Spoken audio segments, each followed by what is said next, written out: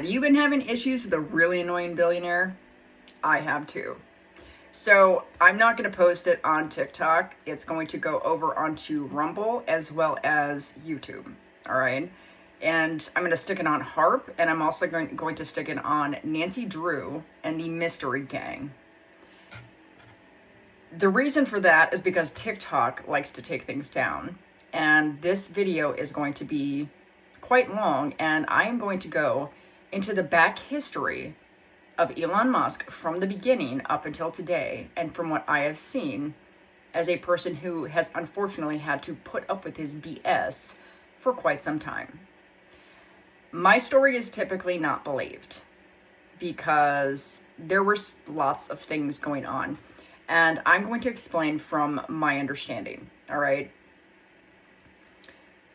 Basically, this individual will, if you are a whistleblower against Elon Musk, he will do anything and everything in his power to create the narrative, to frame the aesthetic that you are somehow a bad person. You are a threat of some kind. You are going to go come attack him or something. He turns everything around and then attempts to make himself the victim in every single scenario. So rather than myself trying to overly interject my own opinion on top of everything, which I'll give you my opinion, but then again, you have to realize it's just my opinion. It's just my perception. It's just what I've seen. It's just my experience. All right. But I'm going to go back and I'm going to let Elon Musk's history speak for itself, and you can come to your own conclusion. If you have more information, you are more than welcome to go to tell me or to put it out there. To, if you're interested, go look it up. It's all out there and it's all public. But this video is going to be quite long, probably. I'd say it's probably going to be at least a half an hour long, if not longer, because I'm going to go to every single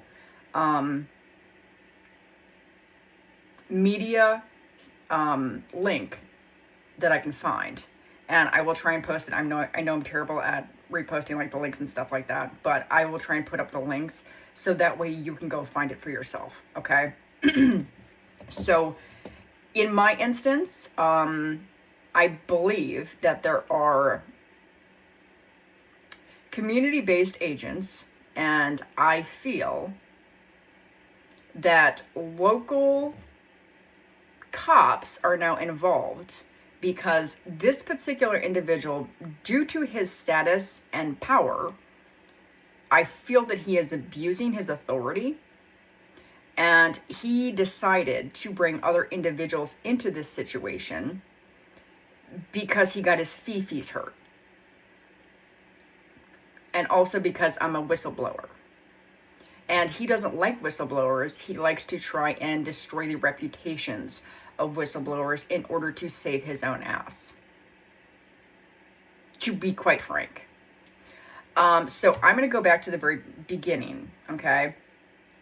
And again, it's going to be real long because I'm going to read everything off. So we're going back to John O'Reilly. And John O'Reilly alleged that Elon Musk misappropriated his Internet Merchant Channel, IMC, concept to develop Zip2. But U.S. courts ultimately ruled that O'Reilly lacked standing and dismissed the claims.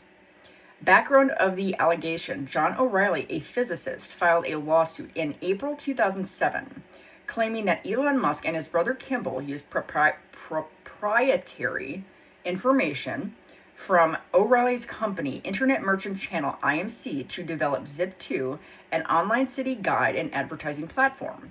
O'Reilly alleged that in October 1995, he met Musk, who was purportedly exploring employment as a salesman for IMC. During these meetings, O'Reilly shared proprietary information about IMC software, merchant base, and pricing, describing it as confidential and proprietary. Why do you keep using that word?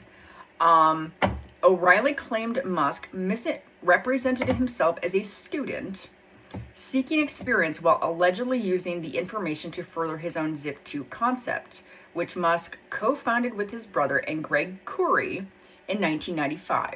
Zip 2 was later sold to Compaq in 1999 for over $300 million. O'Reilly's complaint included multiple causes of action: fraud and fraudulent concealment, conspiracy to defraud, misappropriation of trade secrets under the Uniform Trade Secrets Act, unfair competition, unjust enrichment. Musk filed a motion for summary judgment asserting several defenses, including that O'Reilly lacked standing because the alleged trade secrets belonged to his former employer, Remote Telecom, RTI, which was a suspended corporation. That courts agreed, ruling that O'Reilly did not personally own the intellectual property in question and therefore could not individually bring the suit.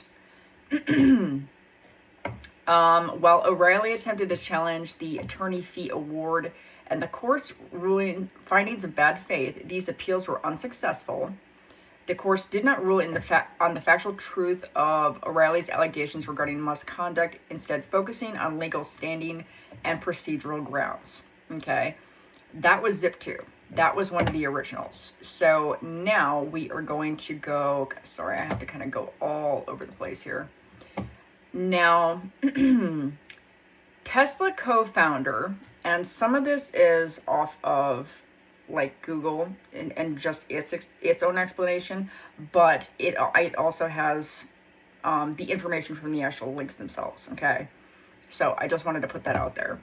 So, and this is one of them. Tesla co-founder Martin Eberhard officially claimed Elon Musk slandered and libeled him. In June 2009, Eberhard filed a 146-page lawsuit in California against Musk and Tesla. He alleged that Musk publicly disparaged him, blaming him for early production problems, tried to rewrite history by falsely claiming to be the sole founder of the company. And I'm going to see if this is the correct link. Finance.yahoo. Elon Musk on allegations of him stealing Tesla from Eberhard. No one left with him. That says it all. Elon Musk on Sunday dismissed allegations that he stole the automaker from chief executive Martin Eberhard, claiming that more of the workers at the electric vehicle company would have left with Eberhard if that was the case. What happened when Eberhard was fired from the Tesla CEO role in mid-2007 for providing false information to me and the board? No one left with him. That says it all. In my personal opinion, that actually sounds like you went into somebody else's company and then you took it over by that sounds like a coup. That doesn't sound like he was a bad person, actually, looking back at that. So we're gonna go to Motor Trend. This was Scott Evans, June 11, 2009. Tesla founder Eberhard sues Tesla Musk for slander, libel, breach of contract. Tesla Motors founder Martin Eberhard has filed a lawsuit in a California court today against current Tesla CEO Elon Musk and Tesla Motors for slander, libel, and breach of contract following his ouster as CEO in November of 2007. God, why is my throat doing that? The 146-page suit was filed in the San Mateo County Superior Court. It alleges that Tesla had failed to uphold its agreements with Eberhard and that Musk defamed him in the media on a number of occasions. Eberhard is seeking special, general, and punitive damages, as well as a number of declarations from Tesla to set the record straight.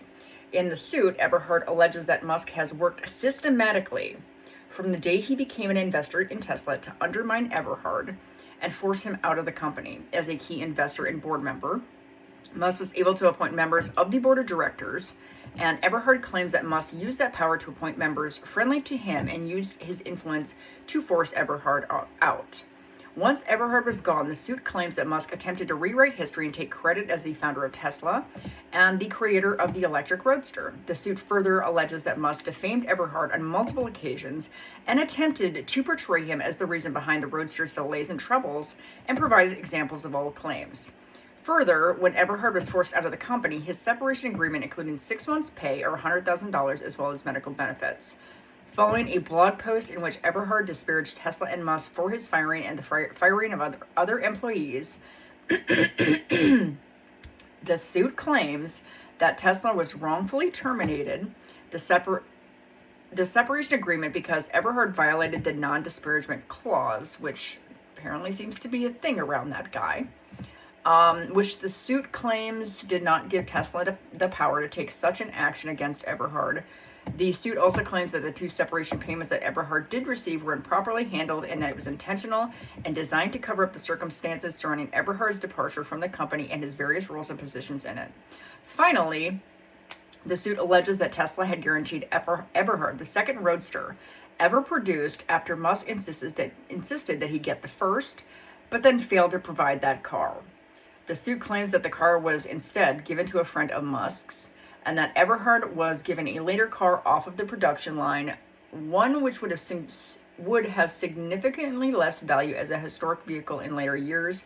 Not only did Eberhard not get the car he was promised, but the suit also claims that the car he did get had been crashed into the back of a truck by a Tesla employee and had to be rebuilt before it was delivered to him.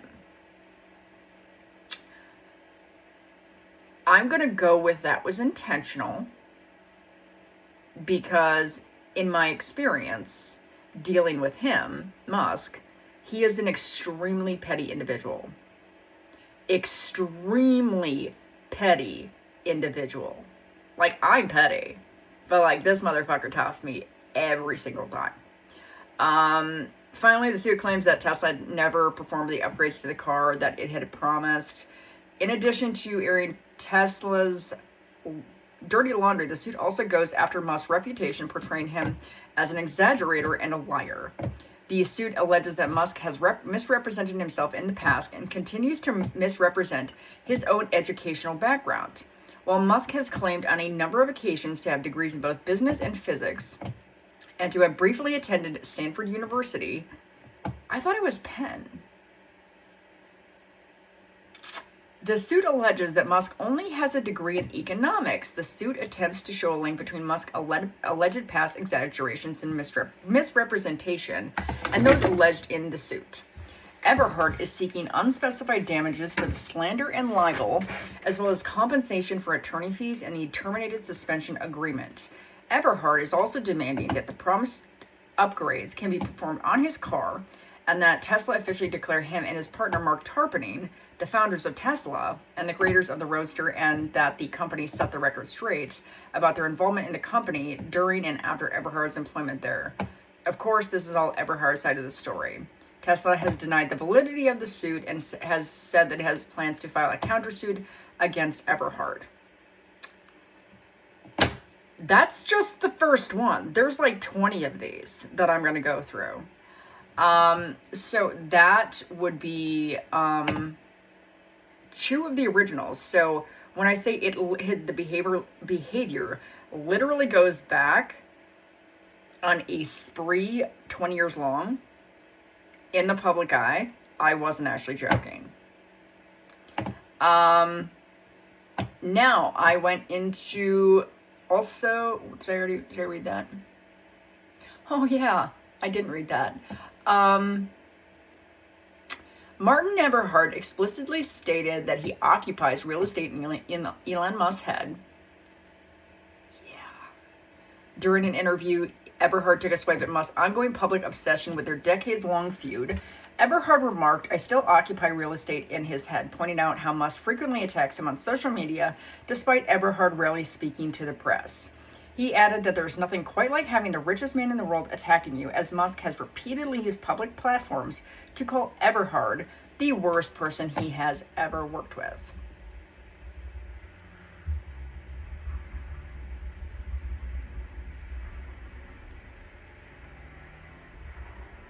That's a lot of really loud cars. So, I decided to also go back to Musk's use of ketamine, okay, and this is cropped up, and if you want to smoke weed or do ketamine, whatever, as long as you're not doing dumb shit, okay, you do you. That's my opinion on that particular thing. It's when it starts going from there to like the harder shit that it's an absolute no for me. It's still going.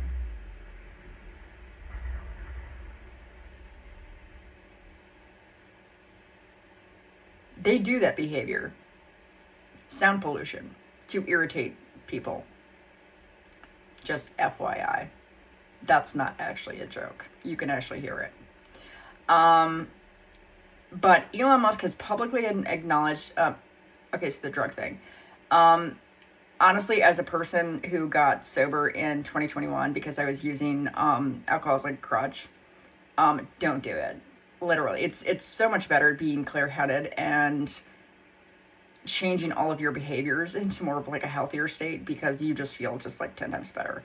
It doesn't help that I'm dealing with this, but you know. So Musk stated in interviews that he had a valid prescription for ketamine.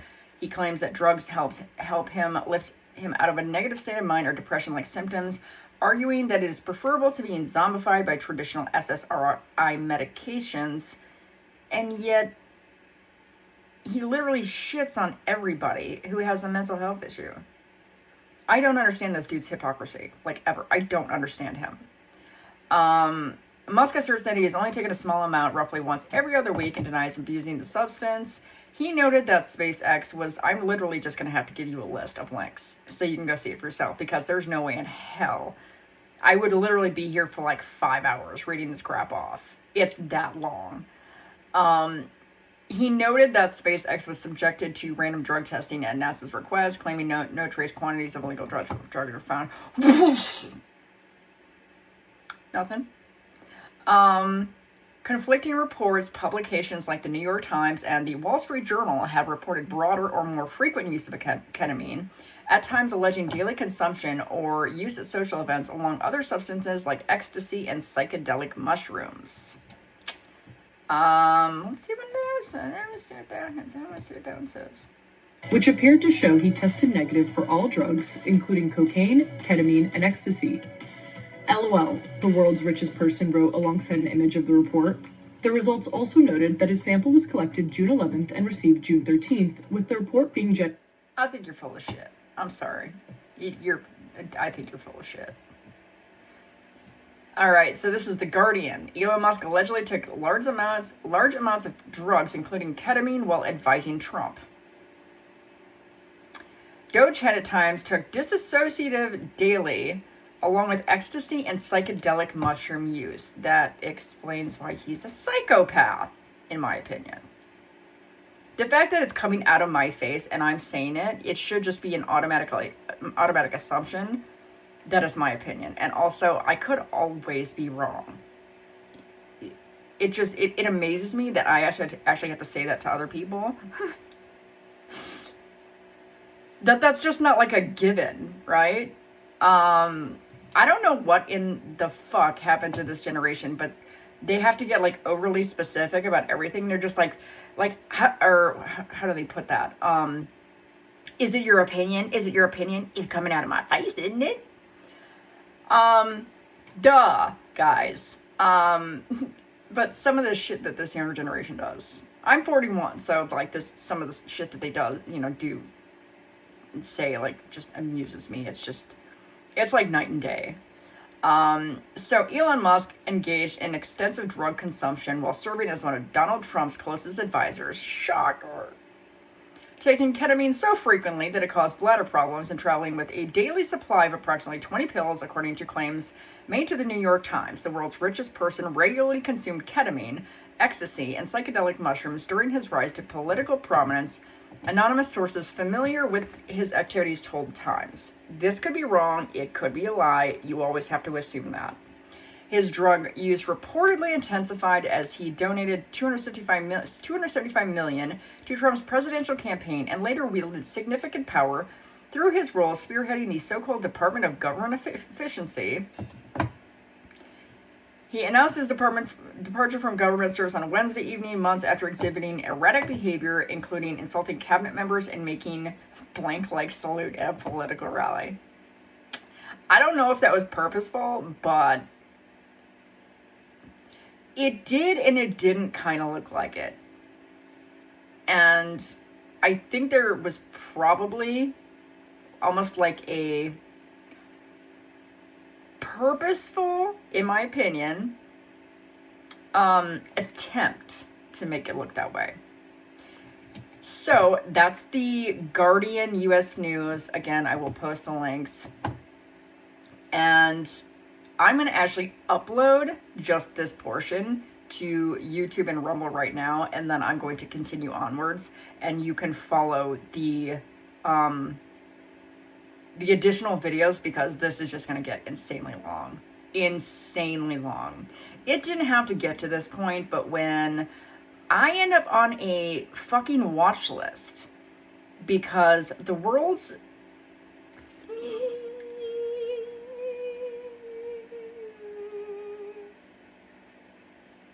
biggest crybaby fucking billionaire,